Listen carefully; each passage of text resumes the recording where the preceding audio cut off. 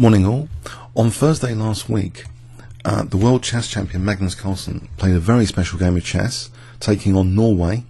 It was played in a shopping centre in Oslo via the internet. 3 grandmasters from Norway, actually ranked 2, 3 and 4, were suggesting moves to the general public for voting. The 3 grandmasters, Ludwig Hammer, who's been a lifelong friend of Magnus Carlsen since they were juniors, he's 2638. There was Simon Ajstein, I think Magnus Carlsen's trainer, 2625, and Johansson 2528. There's not too many high-rated GMs over 2600 in Norway. In fact, so only Ajstein and Hammer were over 2600. But they also had the ability to use Houdini, which of course you might know is my favourite analytical engine, and they could use Houdini 3 times each at various points in the game. So it's a combination of being an advanced, what's called an advanced chess game, where you're allowed to have the input of computers, but also voting with the general public, so voting match as well. So pretty phenomenal way of marketing chess. So Magnus Carlsen was playing with the black pieces as well. Norway voted 1 E4, and Magnus chose the Sicilian defence. So knight F3 was played here. Now D6, open Sicilian, C takes, knight takes, knight F6, knight C3, and now Magnus chooses actually knight C6 instead of A6. This is the second most popular move, to A6.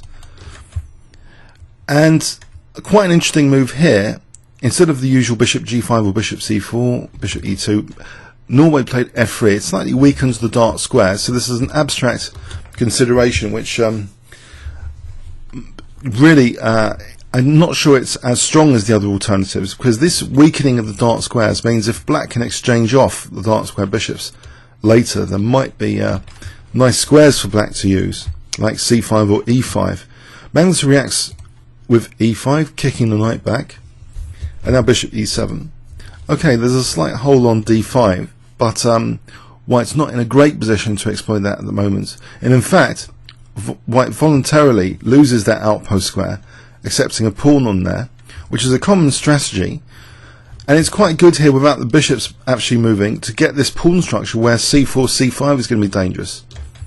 So if black doesn't sort of take this now, well, I think it's viable to do other things as well.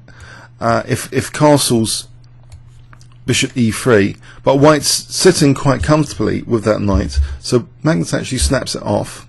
So he's resolved the D5 hole issue, but White now has this potential trump card of trying to move the queenside pawns, avalanche the queenside pawns here. Bishop D3, Magnus castles, bishop E3. So the bishop's going to assist potentially in C4, C5 later. Quite thematic. Knight D7. Now this knight looks at C5, so if black can exchange off the dark square bishops, then the C5 square could be quite juicy later. After castles, F5. Now C4, White's getting on with this plan. A5, putting a grip on the queen side a little bit, preparing to chase away the knight and maybe get this nice post for the knight here on C5. The knight actually voluntarily retreats here. At this point, my Houdini suggests black is doing fine, as at least equalised. So bishop G5. So this cast out on the early F3, this whole thing, it just gives black, it seems to be a very comfortable position, exchanging off the dark square bishops to get the C5 square. Bishop takes G5. If the bishop is tolerated on that diagonal with bishop F2, then black stands very nicely with all sorts of moves. Can even play knight C5 or B6. It's a pleasant position, this diagonal.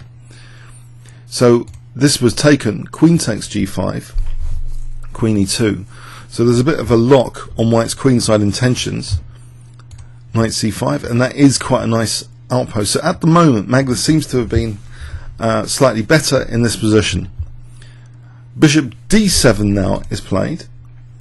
And this structure is actually prone to being undermined with potentially B5. If White tries to stop this with, say, A4, then there's a big hole on B4, and White's queen side is completely locked up. So black might be able to play on the king side with moves like rook f6. So White actually tried to keep flexible here with b3, which promises potentially to one day kick out the knight. But now b5 straight away, temporary pawn sack here. So let's see, if this was taken, it wasn't, in the game f4 was played. If we take this, well, it's not really a sacrifice at all. Bishop takes b5, the queen is looking at d2, queen takes, and black stands very nicely here. This kind of ending would be a dream for black, locking down on white's queen side, for example like this, locked down on a backward pawn. This would be very pleasant for black indeed. If the queen retreated here, then this is a very, very pleasant position. So okay, after b5, that was ignored. White just played f4. A very, very interesting move indeed. And after e takes f4, so this is blocking that diagonal, white now takes on b5. It looks like a bit of a wretched structure though, d5 bit weakened, double pawns. Has white got enough dynamic compensation here? Black also now can kick the queen off this file. Rook a e8, queen c4, queen e7, and it looks quite dangerous for queen e3 or queen e2. Knight f3, check, king h1, and now knight e4 threatens knight f2 check, and also more significantly even than that is rook c8, looking at the bishop, and it looks pretty nasty first, rook c8. Okay, so white actually now played a very, very good move in the circumstance. According to my Houdini, this might be the best move at depth 18, so they might have used Houdini here, I suspect, for this next move. It's a very critical move. White actually played bishop d3, so allowing the loss of the exchange. After knight f2 check, the king can't go here because we have the classic, well, not the classic stuff of mate. We have knight takes d3 check, winning a piece. The classic stuff of mate doesn't quite work here, by the way. So king h1, we can't play this because knight takes. But just simply knight takes d3 check would win a piece. So white has to give up the exchange. Rook takes f2, queen takes f2. So what's the meaning of this? Well, now d6 is a bit vulnerable, queen c7. There seems to be compensation strong enough for bringing the exchange down here. The engine evaluates this as equal here in this position. Rook e7, queen takes d6. Now this is a potentially dangerous passed pawn as well. Rook fe8. The back row seems a bit vulnerable. White plays h3, and this allows Magnus to force a draw really. He could play more exotically in this position with a move like g5 apparently. But you want to play this when the opponents can potentially still use Houdini. I'm not sure of their lifeline status at this moment in the game, but g5 is a very sharp move. For example, knight takes g5 is a disaster immediately, like this. Either g1 or g3. So what does white play here? This would have been a very difficult move to meet. g5. If rook f1, queen g3, this starts to get a bit scary after knight g1. So it's not entirely clear white's getting massacred, but it looks quite promising for black visually. But Magnus didn't want to go in for this, it seems. He just forced a draw here. He played actually rook e1 check, and this forces a draw by perpetual after queen takes here, queen g3, king g1, check on e3, tempting king f1. But no, it's just the draw by perpetual. If king f1, queen takes d3 check.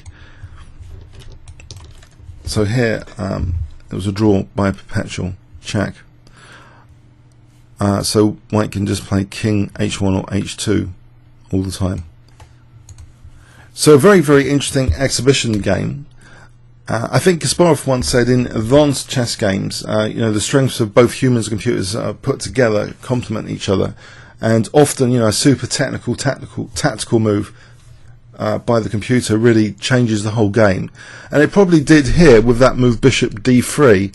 I think that held White's position together. If we go back to this very critical moment when Magnus had been playing very logical positional chess, but bishop d3 with this exchange sacrifice is a wonderful concept for queen c7 taking d6. So it keeps things magically in the balance here, it seems, this bishop d3 move. The other point to it, if rook c8 as well, and then queen d4 is possible. So very tense position after this bishop d3, and a fantastic exhibition game. So Magnus continues to do excellent work for promoting chess to the world, and he started promoting it at home in Norway as well.